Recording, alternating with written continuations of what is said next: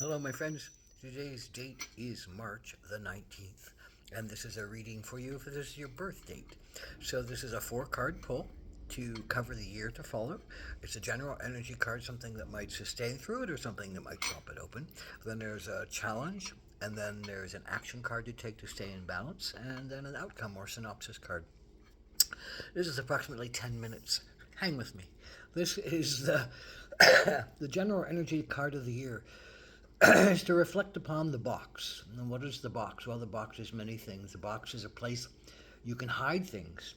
The box is a place that you can keep things safe, that need to be kept safe and unknown. The box is a place where you can feel comfortable. We live in a box. You can feel safe generally in your box. You can feel comfortable in your box. You can feel like you don't have to show yourself in your box. That you can keep yourself in your box and protected. Now, the other side of the box is sometimes we box ourselves in to situations that we don't want to be into, to belief systems that we don't really necessarily believe, but they feel safer to be in this box than to be in other boxes where we don't know what might happen. Often we take the easiest way, and often the way that we already know over the way that we don't necessarily know. So coloring inside the lines and staying inside the box are ways that we use to protect ourselves, but they also stymie us, and they also keep us from being alive and experiencing life in bigger ways that we might need to grow through. So the box is all of those things. It's a way to honor, again, someone else's secrets that can't be shared. You can put them into a box. Your own secrets that you don't feel like it's time to share, you can put them into a box. But don't put your life into a box and keep yourself closed in unless it's the absolute most necessary thing for you in this time and place. But most of the time, we need to get out of our box, and we need to not be so closed-minded about things and closed up about things and stuck in other people's traditions that we don't necessarily believe in, or even in our own that we're fighting hard in our own mind to find a way through. So, what is your particular challenge? Ace of Cups is your particular challenge. Ace of Cups is being just a loving, open, compassionate server. The Ace of Cups, the cups are about serving others and loving others and learning how to give and take and learning how to receive graciously and gracefully, learning how to give graciously and gracefully. It's also about learning how to trust one's emotional waters, one's intuitions. It's also about learning how to surrender to life and move through things and let waters carry you and waters take you and waters assist you and waters cleanse you and waters nurture you. So, in all of that, what is your challenge? Well, I think it's to be possibly nurturing center for yourself or a nurturing center for someone else. There's something that keeps you from being, I think, loving and compassionate to someone. Someone might have hurt you. Someone might have found out a secret about you. So there's that box. Someone might have hurt you, and you're afraid to step out of your box of belief systems to explore that. So maybe you need to explore that energy, and maybe you need to help yourself. But there's also another possibility that someone needs help and you can't find it yet in you to help them, to assist them, to come to their aid, to come to their support, to come to their uh, uh, give them an understanding that even though you might not agree with them, you still believe in their right to exist and their right to have what they need and for them to not be picked on. And maybe this is about you not being picked on, but it's more than likely about someone else being picked on and your choice to assist them or not. So what is the action that you can take? Raccoon. The title generous protector comes with the raccoon. They're very much about giving of themselves for the clan and the family, and the warriors who go out to get food, bring that food back and give it to the ill and the sick and the less capable and the elderly. They feed them first.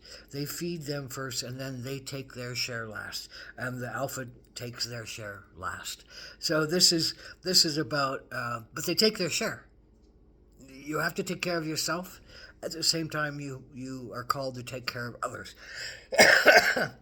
And that's what the box, I think, ultimately teaches us. You have to take care of yourself, but you have to take care of others. You have to go outside of your box to find out about others and to really listen to others and to comprehend others and to extend yourself to others in healing formats, in generous ways. Because that's what the Ace of Cups is about. Being generous with your spirit, generous with your love, being able to go through things and surrender to the unknowing, being able to listen to people's pain and grok it, have empathy, have understanding, and even if you don't have understanding, to still be able to will a sense of humanitarianism, a sense of compassion, a sense of love and support, even if you don't like somebody else, even if you don't love somebody else, even if you hate them on some level. There's still a need, I think, within you to give of yourself in service to a higher good, and to respect that each of us has a path,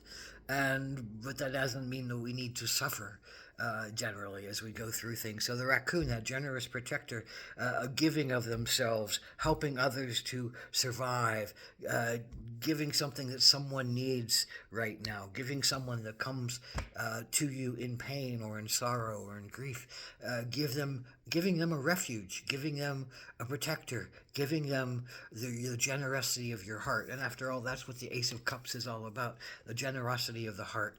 So you might have to step outside of your box of comfort. You might have to step outside of your box of belief systems to rise to a higher sense of belief systems. You might have to step out of your box and say, I don't like them, or I don't like what they do, but I'm still, my integrity says I have to stand up for somebody else. I have to stand up for healing somebody else and helping somebody else. And this is the final card, the outcome card, or the synopsis card.